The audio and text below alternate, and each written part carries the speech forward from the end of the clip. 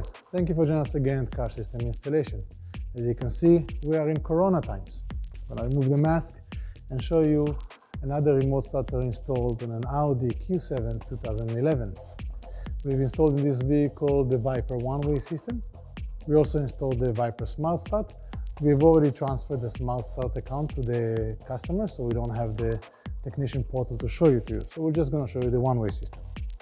The one-way remote starter can lock and unlock the vehicle, start the vehicle. It can also open the vehicle trunk.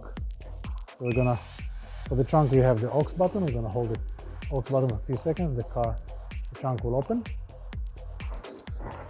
Fortunately, in this vehicle, the power trunk actually only goes down from the button. It doesn't even go down from the factory remote. So we have to press the button to take it down.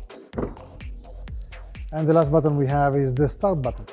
So we're gonna tap the start button once. The vehicle will receive the command. As this vehicle is diesel, so we have set up a delay time, so we have all the glow plugs turn on and allow the cars to start properly. So as you can see, the ignition is on for a few seconds, then the vehicle will crank and start.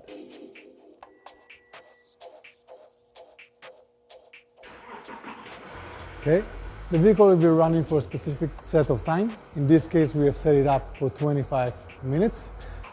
To turn the vehicle off, you can press the start button again and the vehicle will shut off. Or you can, if you enter the vehicle, press unlock, enter the vehicle, put the key to the on position, press the brake, and then you can drive away without shutting off the vehicle. So now we're going to turn it off. The car will receive the command and turn down. For remote starters for Audis and other vehicles, you can always find us at Car System Installation. Subscribe to our channel and we'll see you next time. Have a great day.